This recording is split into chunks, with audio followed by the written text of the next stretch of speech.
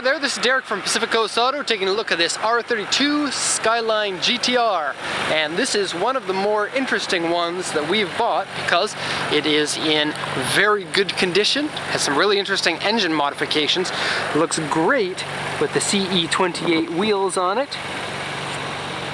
color change to a really interesting blue color, and veil side front bumper. Now the Skyline R32 did come in a navy blue color, very rarely, about 2% of them or so. So this one's a lighter color, and I know it's not very visible in the video, but when the sun shines on it, it brightens up the paint a lot. Makes it look close to a Bayside blue color, but certainly different. Okay, so let's take a look at what we got here. We bought this one from auction. It's going to the USA, as with most of the R32 GTRs that we've got. This one's had an engine swap to an R33 GTR engine. It also has painted valve cover, painted intake, oil filter relocation kit, cool stainless steel radiator pipe or hose, piece of metal here to direct the air into the radiator better, front mount intercooler. Hiding in here you've got a aftermarket oil cooler, dual intakes here, mesh style, so they're nice and noisy. Aftermarket turbochargers you can't see, but they're in there. Aftermarket high lift camshafts, and a couple of other things that are mentioned on the auction sheet, so we'll take a look at that in just a second here. Engine seems to be running great. You can hear the injectors ticking off. RB26s are noisy engines, and my camera makes them sound noisier than they are, but the car sounds great. You can see the car is color changed because that beige color there is the color of the silver, or the silver versions of the car. So originally a silver car, I would think. Let's look at the auction sheet. It may take a little bit longer because it has a list of all of the parts on it. So let's see what we got. 1990 Skyline GTR, grade R with an interior grade C 2600cc engine. 31,903 kilometers are on the gauge, but that's not correct, and I'll tell you why here in a second. There's a star here meaning it's not correct. So Tomei turbo, Tomei ECU or computer, Tomei camshafts, work 18-inch wheels, that's a CE28. Boost controller, ATS, twin plate clutch. Defi turbo, boost gauge, water temperature gauge, and oil gauge. SARD catalytic converter, GTR 33 engine. Veil side aero parts. ECV valve. ECV valve is for your exhaust. And so there's a valve in here that makes it bypass some of the exhaust piping so that you get a loud exhaust, and it's this thing here. But I'm going to test that later, and I'm going to test it open and closed for the exhaust rev if we've got enough time.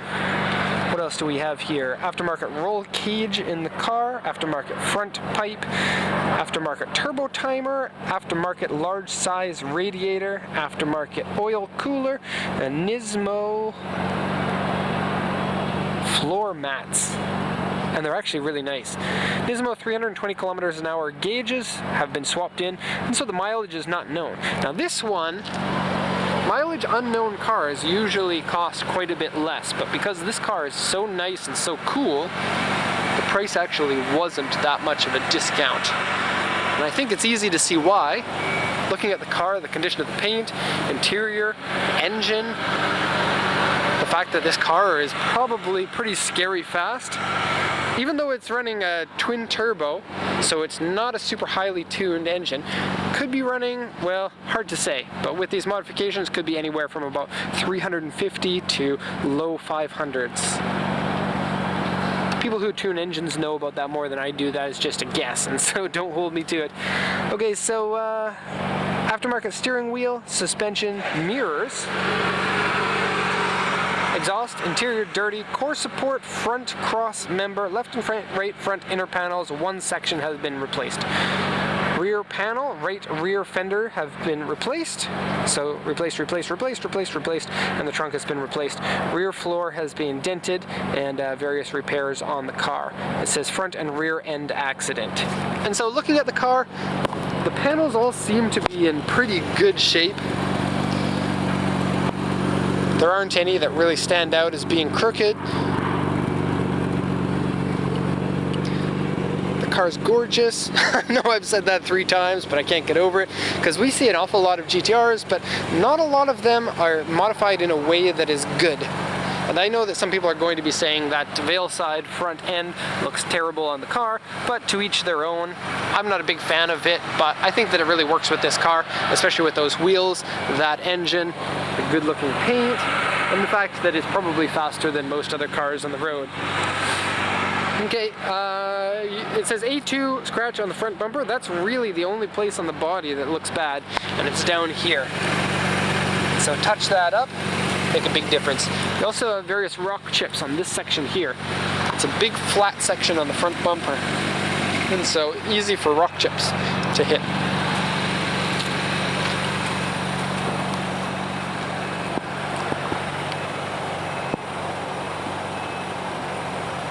N1 headlights, standard side skirts, and the rear bumper is veil side too. Let me just show you that. So the rear bumper is actually pretty nice looking.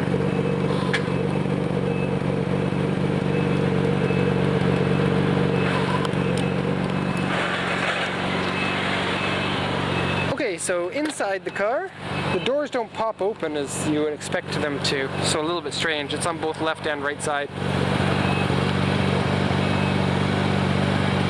Door cards in great condition. These are in good condition. No rusty is in here. This is kind of cool. I didn't notice this before. It says neat. Oh, I just pulled that off. It's just a sticker. Okay, but still cool. Okay, seats are your standard GTR seats. The roll cage looks like a good high quality one. Smaller steering wheel than is stock. I think it's ugly, but that's another of those things. Each person, some people like it, some people won't. 320 km/h gauge set. Extra gauge is up here. Everything seems to work inside, so in good condition. This one here is a little bit of a question mark. This is 0-100 and 50-50.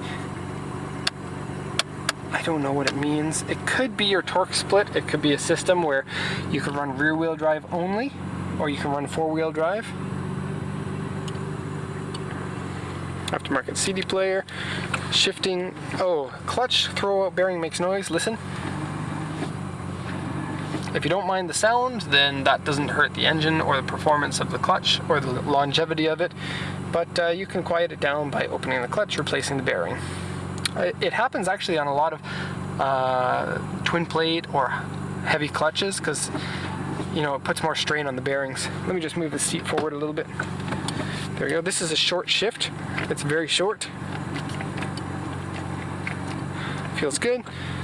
Don't think it's been smoked in. This is for these. It looks cool. Lifting dashboard, as is always the case. Headliner's in good shape, rear seats are in good shape. This one here, let's play around with this. So it's got a little safety here, and then you can pull it out to give you a better exhaust note. Now, I played with it inside the car. I couldn't tell the difference. So what I'm going to do is I'm going to give you an engine rev, then pull it out, and then do another engine rev. And we'll see if we can tell the difference.